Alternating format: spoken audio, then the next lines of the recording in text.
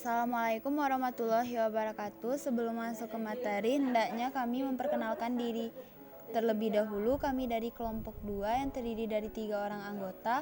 Dengan saya sendiri, Prima Widitya Leoni, BP 19 11 021 004, dan rekan-rekan saya. Perkenalkan, nama saya Reza April, BP 19 11 021 006. Perkenalkan, nama saya Silva Meziah, BP 19 11 02 20 12. Pada kali ini kami berkesempatan untuk memberikan informasi yang telah kami kumpulkan tentang perusahaan manufaktur PT Indofood Sukses Makmur. Nah, pada kali ini kami akan memberikan informasi mengenai salah satu produk dari PT Indofood Sukses Makmur, yaitu Indomie. Di sini kami akan menjelaskan tentang informasi umum perusahaan, produk yang dihasilkan, bagaimana proses produksinya, identifikasi biaya yang dikeluarkan perusahaan, klasifikasi biaya produksi perusahaan, perhitungan HPP, serta laporan laba rugi. Baiklah, saya akan membahas tentang PT Indofood Sukses Makmur Tbk atau lebih dikenal dengan nama Indofood, yang merupakan produsen berbagai jenis makanan dan minuman yang bermarkas di Jakarta, Indonesia. Perusahaan ini didirikan pada tanggal 14 Agustus 1990 oleh Sudono Salim dengan nama PT Penganjaya Intikusuma, yang pada tanggal 5 Februari 1994 menjadi Indofood Sukses Makmur. Perusahaan ini mengekspor bahan makanannya hingga Australia, Asia, dan juga Eropa. Dalam beberapa dekade ini, Indofood telah bertransformasi menjadi sebuah perusahaan total food solution dengan kegiatan operasional yang mencakup seluruh tahapan proses produksi makanan, mulai dari produksi dan pengolahan bahan baku hingga menjadi produk akhir yang tersedia di rak para pedagang eceran. PT Indofood Sukses Makmur Tbk, cabang Indofood Group yang bergerak di bidang mie instan, merupakan pelopor dalam industri makanan olahan di Indonesia. Saat ini, perusahaan menjadi perusahaan pengolahan mie terdepan dan memegang market leader. Produk yang dihasilkan PT Indofood CBP Sukses Makmur Tbk, divisi mie instan, terdiri dari 2 kelompok besar, yaitu yang pertama ada bag noodle, yaitu mie instan dalam kemasan bungkus. Yang kedua ada mie telur, yaitu mie yang dalam proses pembuatannya tidak digoreng, melainkan dikeringkan. Selanjutnya, saya akan menjelaskan tentang proses pembuatan mie instan. Pertama, kita melakukan pencampuran. Proses mixing adalah proses pencampuran dan pengadukan material-material yang terdiri dari material tepung dan air alkali atau campuran antara air dan beberapa ingredients yang ditentukan. Yang kedua, pressing. Di dalam mesin pengepres, adonan melalui beberapa roll press. Adonan akan mengalami peregangan pada saat dipres dan terjadi relaksasi pada saat keluar dari roll press, sehingga terbentuk lembaran yang lembut, homogen, elastis, dan tidak terputus dengan ketebalan tertentu. Yang ketiga, yaitu pembentukan untayan. Suatu proses pemotongan lembaran adonan menjadi untayan mie dan kemudian siap dibentuk gelombang mie. Selanjutnya, melakukan pengukusan, yaitu proses pengukusan untayan mie yang keluar dari slitter secara kontinu dengan menggunakan stream box atau mesin yang memiliki tekanan uap yang cukup tinggi dengan suhu tertentu. Proses pengukusan akan berlangsung selama 2 menit dengan suhu pemanasan lebih kurang 650 derajat Celcius. Selanjutnya, kita akan melakukan pemotongan dan pencetakan. Pemotongan dan pencetakan adalah suatu proses memotong lajur mie pada ukuran tertentu dan melipat menjadi 2 bagian sama panjang. Kemudian mendistribusikannya ke mangkok penggorengan. Setelah itu, penggorengan. Proses penggorengan adalah suatu proses merapikan mie di dalam mangkok penggorengan, kemudian merendamnya di dalam media penghantar panas. Tujuan dari proses penggorengan adalah untuk mengurangi kadar air dalam mie dan pemantapan pati tergelatinisasi. Selanjutnya yaitu pendinginan. Ruangan pendingin mie adalah ruangan atau lorong yang terdiri dari sejumlah kipas untuk menghembuskan udara segar ke mie yang dilewatkan dalam ruangan tersebut, hingga lebih kurang 30 derajat Celcius. Selanjutnya, melakukan pengemasan. Proses yang terakhir dalam produksi mie adalah pengemasan atau packing. Pengemasan mie adalah proses penyatuan dan pembungkusan mie, bumbu, minyak bumbu, dan solid ingredients lainnya dengan menggunakan etiket sesuai dengan standar yang telah ditetapkan. Setelah dikemas, selanjutnya mie tersebut akan dimasukkan ke dalam karton. Setelah mie dimasukkan ke dalam karton seluruhnya, karton akan direkatkan dan kemudian menuju gudang untuk disalurkan. Identifikasi biaya produksi PT Indofood Sukses Makmur Tbk. 1. Biaya bahan langsung PT Indofood Sukses Makmur Tbk. Bahan langsungnya ada tepung terigu, tepung tapioka, minyak goreng, dan bumbu-bumbu. Dengan jumlahnya dapat teman-teman lihat pada tabel yang telah kami sajikan. Maka dari jumlahnya dapat diketahui total keseluruhannya adalah 12.072.528 juta rupiah. 2. Biaya tenaga kerja langsung PT Indofood Sukses Makmur Tbk. Lama produksi per hari 21 jam per hari, jumlah pekerja 600 pekerja, maka jumlahnya sama dengan 490.117 juta rupiah. Penentuan waktu kerja ini dibedakan antara bagian produksi dengan bagian kantor dengan 3 jenis jam kerja, yaitu waktu lembur yang merupakan waktu kerja tambahan di luar jam kerja yang diberlakukan pada keadaan mendesak atau perintah dari atasan dengan diberikan upah lembur sesuai dengan ketentuan perusahaan. 2. Shift atau waktu kerja bergilir. Shift untuk pekerja di bagian produksi dibagi menjadi 3, shift pagi, shift sore, serta shift malam. Penggantian shift tersebut akan ditukar setiap 1 minggu sekali, waktu bekerja 6 hari dalam 1 minggu. 3. Non-shift atau waktu kerja tidak bergilir. Non-shift atau waktu kerja tidak bergilir merupakan waktu kerja normal yang berlaku untuk karyawan kantor dengan lama waktu kerja 9 jam sejak pukul 9 hingga 17 WIB. Sudah termasuk 1 jam istirahat untuk waktu bekerja 5 hari dalam seminggu. 3. Biaya overhead pabrik PT Indofood Sukses Makmur Tbk. Dengan jenis biayanya ada bahan bakar, bahan pembungkus yang terdiri dari etiket dan kardus, gaji dan upah, biaya penyusutan, biaya amortisasi, serta biaya overhead lainnya. Dengan jumlah masing-masing dapat dilihat pada tabel yang telah kami sajikan. Maka total keseluruhannya adalah 1.798.508 juta rupiah.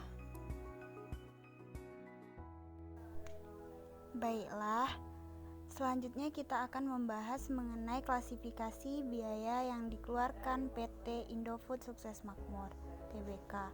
1. Penggolongan biaya menurut objek pengeluaran, yaitu berupa penjelasan mengenai objek pengeluaran. Dalam perusahaan manufaktur, PT Indofood Sukses Makmur dapat dibagi menjadi 3 golongan biaya. Biaya bahan baku yang meliputi biaya tepung terigu, tepung tapioka, minyak goreng, dan bumbu-bumbu. Biaya tenaga kerja dan biaya overhead yang meliputi biaya bahan bakar, bahan pembungkus, gaji dan upah, biaya penyusutan seperti biaya penyusutan mesin, biaya penyusutan pabrik, biaya amortisasi, biaya listrik dan air, biaya asuransi, biaya pemeliharaan pabrik, serta biaya overhead lainnya. 2. Penggolongan biaya menurut fungsi pokok perusahaan, yaitu biaya digolongkan berdasarkan fungsi-fungsi di mana biaya tersebut terjadi. Biaya yang terjadi bila dikaitkan dengan fungsi pokok perusahaan manufaktur PT Indofood Sukses Makmur Tbk dapat digolongkan menjadi biaya produksi yang meliputi biaya bahan baku, biaya tenaga kerja langsung, dan biaya overhead pabrik. Selanjutnya, biaya administrasi dan umum, seperti biaya administrasi dan biaya perlengkapan. Selanjutnya, biaya pemasaran, seperti biaya iklan, biaya promosi, dan biaya gaji karyawan yang melakukan kegiatan pemasaran. 3. Penggolongan biaya menurut hubungan biaya dengan sesuatu yang dibiayai dapat dibagi menjadi 2 golongan, yaitu biaya langsung dan biaya tidak langsung. Biaya langsung mudah ditelusuri langsung ke objek biayanya, seperti biaya bahan baku dan biaya tenaga kerja langsung. Sedangkan biaya tidak langsung tidak mudah ditelusuri langsung ke objek biaya, seperti biaya penyusutan pabrik dan biaya gaji bagian pemasaran. 4.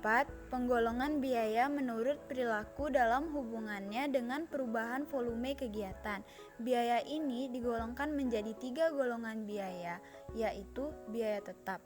Biaya tetap adalah total jumlah biayanya tetap dalam range tertentu, meliputi biaya gaji, biaya reparasi, dan biaya penyusutan, seperti biaya penyusutan pabrik dan biaya penyusutan mesin. Selanjutnya, biaya variabel. Biaya variabel yaitu biaya yang secara total jumlahnya berubah sebanding dengan perubahan volume atau aktivitas, meliputi biaya bahan baku dan biaya tenaga kerja langsung. Yang terakhir adalah biaya semi variabel.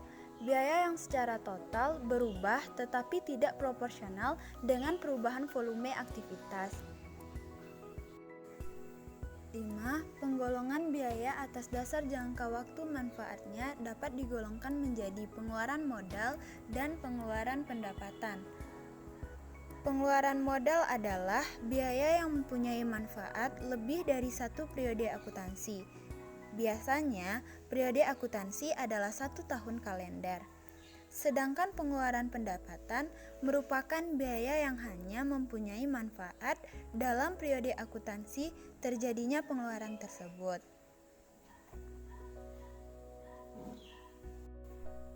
6. Klasifikasi biaya berdasarkan tujuan pengambilan keputusan dapat dibedakan menjadi 2, yaitu relevant cost dan irrelevant cost. Relevant cost adalah biaya masa datang yang berbeda untuk tiap alternatif keputusan, sedangkan irrelevant cost adalah biaya masa datang yang tidak berbeda untuk tiap alternatif keputusan. Terakhir, penggolongan biaya berdasarkan tujuan pengendalian dapat dibedakan menjadi 2, yaitu controllable cost dan uncontrollable cost. Controllable cost adalah biaya yang bisa dikendalikan oleh seseorang yang memiliki wewenang, sedangkan uncontrollable cost biaya yang tidak bisa dikendalikan oleh seseorang yang memiliki wewenang.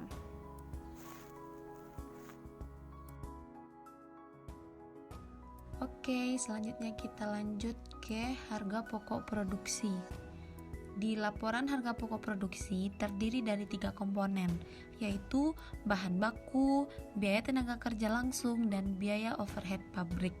Nah, di slide ini kami menyajikan laporan harga pokok produksi pada tahun 2017 PT Indofood Sukses Makmur Tbk. Oke, kita masuk saja langsung kepada slide. Untuk menyusun laporan harga pokok produksi, kita harus mencari persediaan barang dalam proses awal. Nah, di sini tersedia sebesar 5 juta rupiah.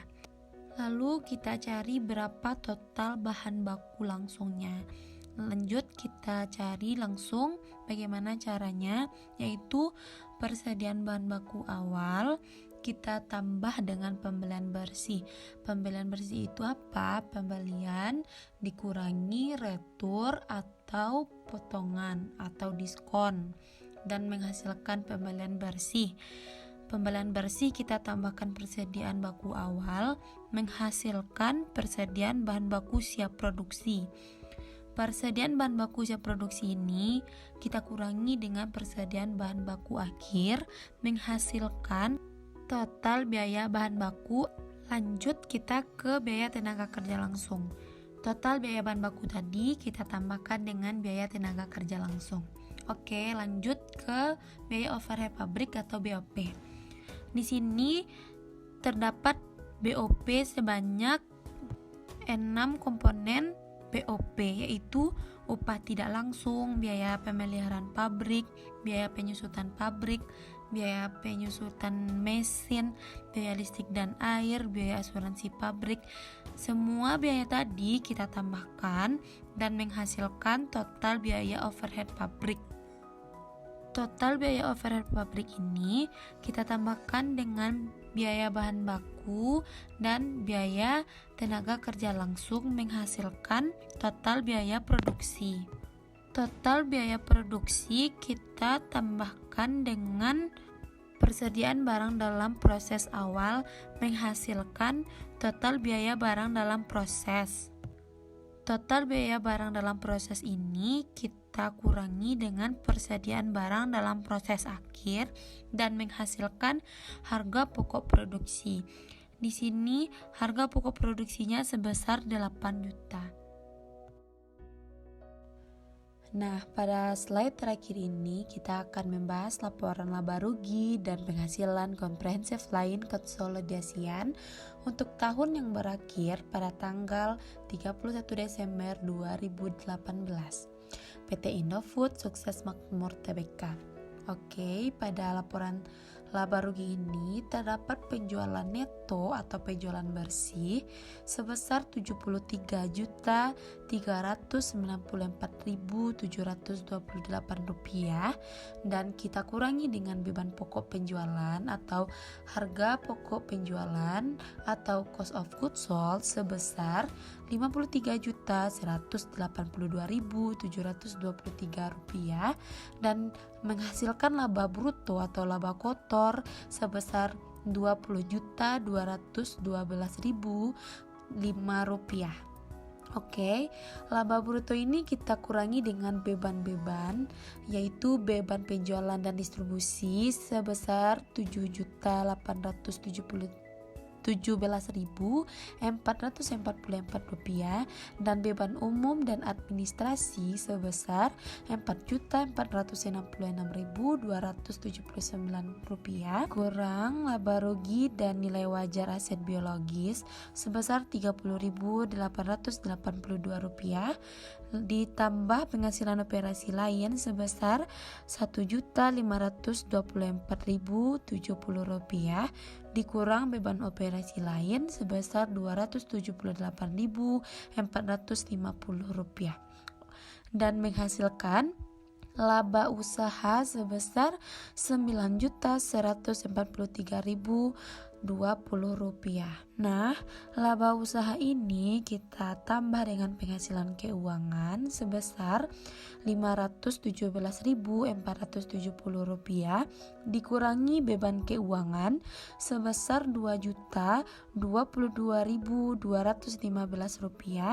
dikurang pajak final atas penghasilan bunga sebesar Rp96.570 dikurang bagian atas rugi neto entitas asosiasi dan ventura bersama sebesar Rp94.739